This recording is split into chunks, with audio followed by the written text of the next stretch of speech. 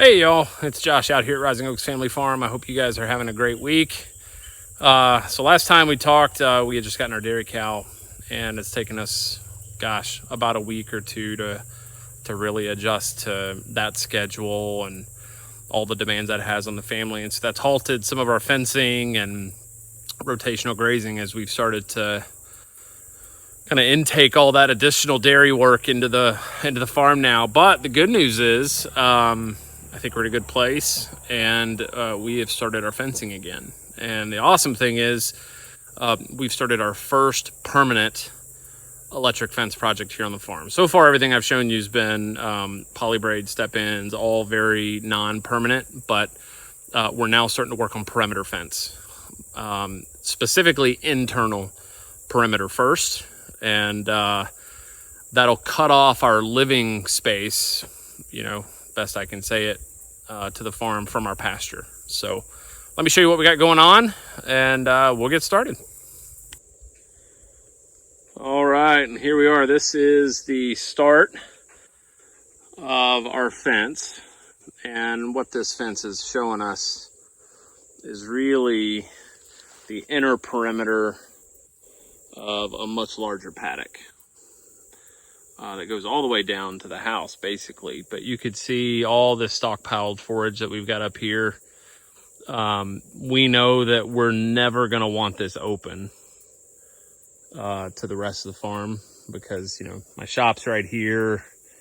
So we're going to go ahead and put a permanent fence in. And what we started with is our corner post, and these corners are solid 1-inch fiberglass posts.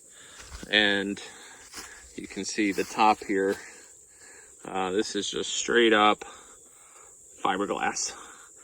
And one of the things you're going to notice is, I'm looking dead on at this fence post, and you can kind of compare it to this old fence post.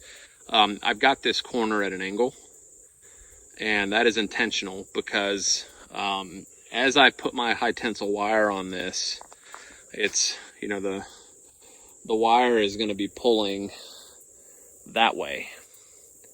And so what you want to do on these fiberglass corners is you want to make it to where when the when the wire starts to pull, and it's going to pull this way, that at worst it pulls it straight, and at best it helps you keep the tension. Now, these 1-inch poles come in 6-foot lengths, so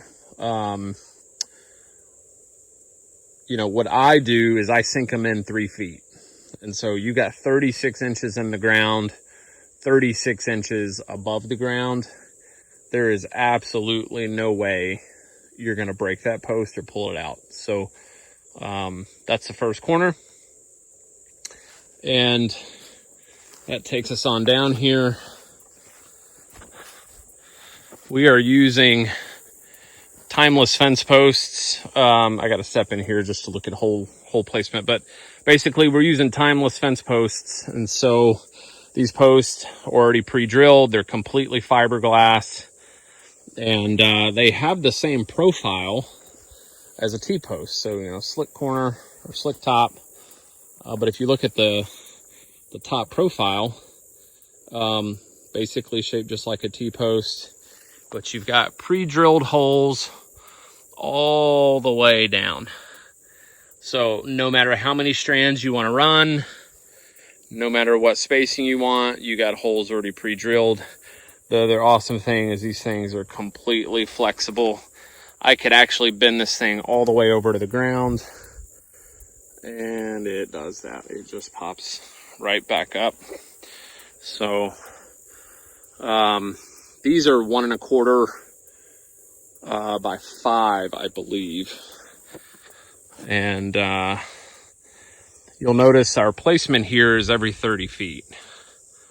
That's the other great thing about timeless fence posts is, from our fiberglass post over here to our timeless post, 30 feet. The idea is these timeless posts aren't holding tension, right? They're just holding your wire up. and we're going to be able to put a lot of tension on the high tensile wire.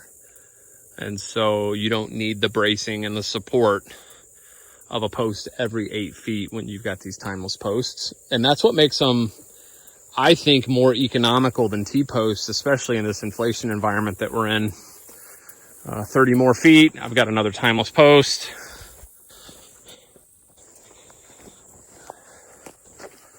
And then here we're coming up on a bend.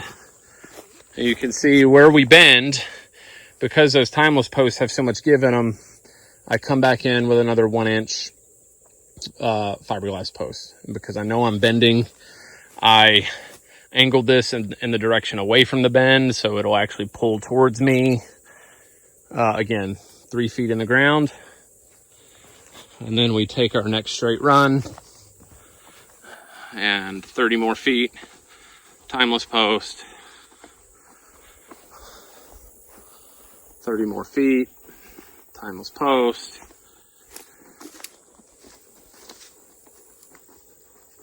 And then we're coming up on an old storm cellar here that we're eventually going to modify into a root cellar. And so you can see the storm cellar goes in the ground a ways. We actually haven't been in it since we've lived here. By the time we got here, it was already full of wasps and hornets and other kinds of things that I didn't really want to deal with. So we're going to wait till it gets cold to go in there and poke around. But so we're fencing around it. You can see I got another corner here. And if we go up the hill, another corner here. Go over, we got another corner here. And then as we come back down, we've got another corner here. So we're completely outlining the storm cellar. And you'll notice every one of these posts is angled.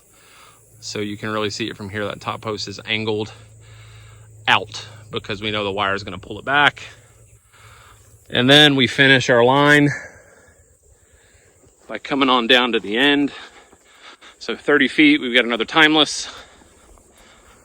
And 30 feet, we got another timeless. And then we finish it up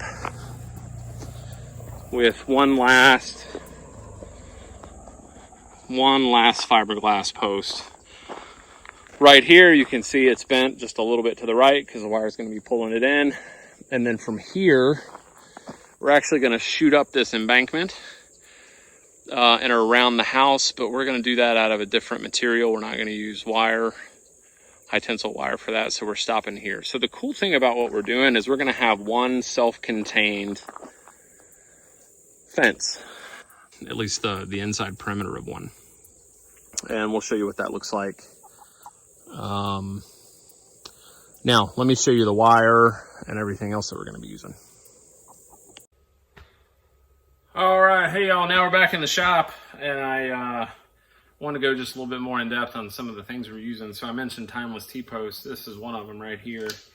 And I think I said 5 by 1.5. It's actually 5.5, so it's 5.5 feet tall by a 1.5 inch depth or profile. So you can see shaped just like a T-post. And these things are super bendable. Like I can, my camera's not gonna go down with me, but like they are super flex.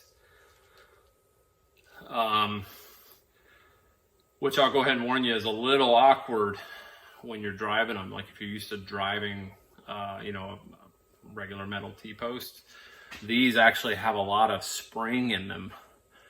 And it feels like you're gonna break them, but I mean, you can tell from this profile, like right here, these are just pure fiberglass. You're not gonna break it.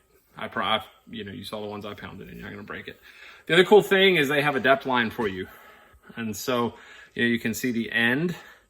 And this line right here is the depth that you should bury it at. And if you do that, then that makes all of these accurate for what their measurements are supposed to be. And I don't think my tape measure is in here.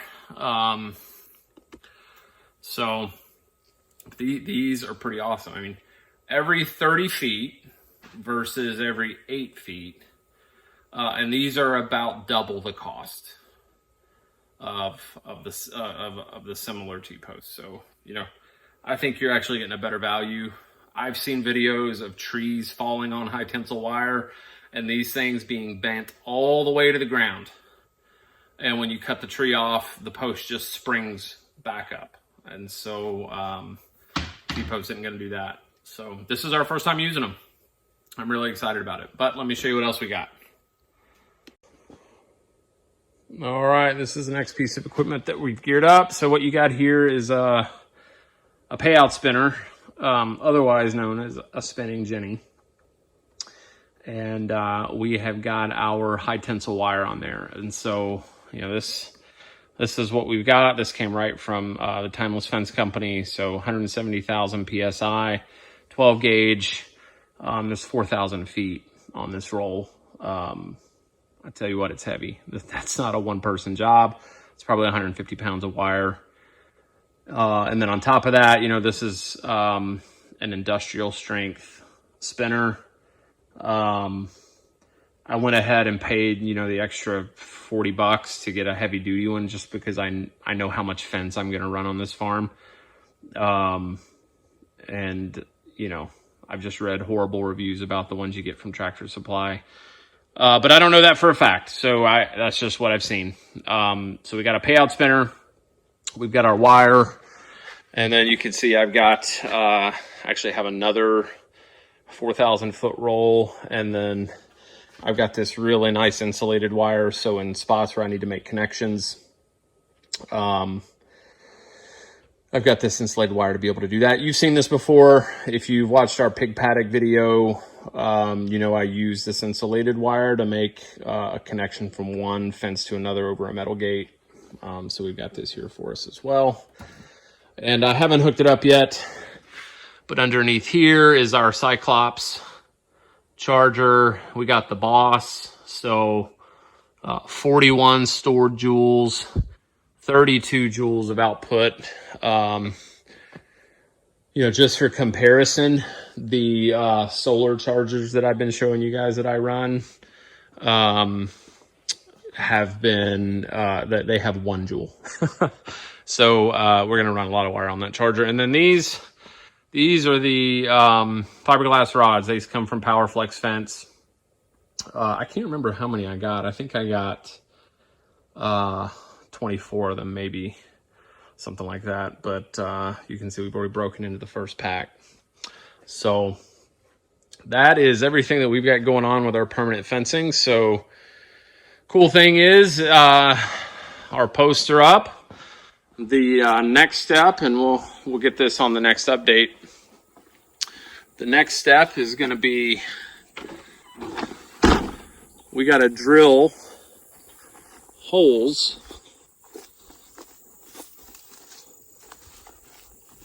in these fiberglass posts. And we'll show you how to do that and what we do. But basically, we're going to match the height. We're running 3 strands on this fence.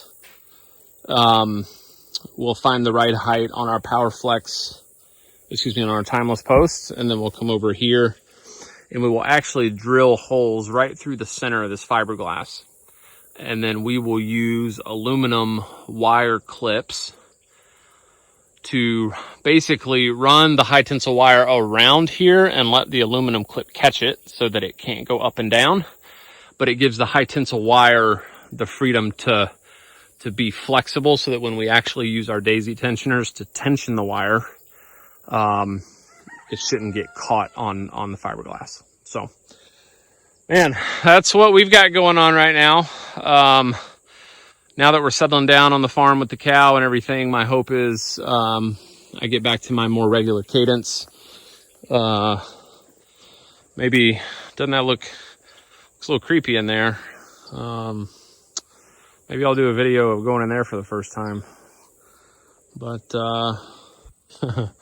that's what we got going on the farm today. I hope you guys and gals are super productive and have a lot of good things going on. We're taking big leaps here on our farm, and you know, we didn't know how to do any of this before we started.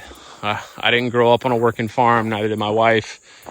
We spent over over 10 years in the suburbs. And so everything we've learned here, we've learned from other people and from reading and from watching videos. And, you know, I'm just trying to pay that forward. Because it took a lot of people doing videos like this to help me out. And we're trying to do the same thing. There's Dolly out there. About time to milk her. So I'll let you guys get back to it. Y'all have a good night.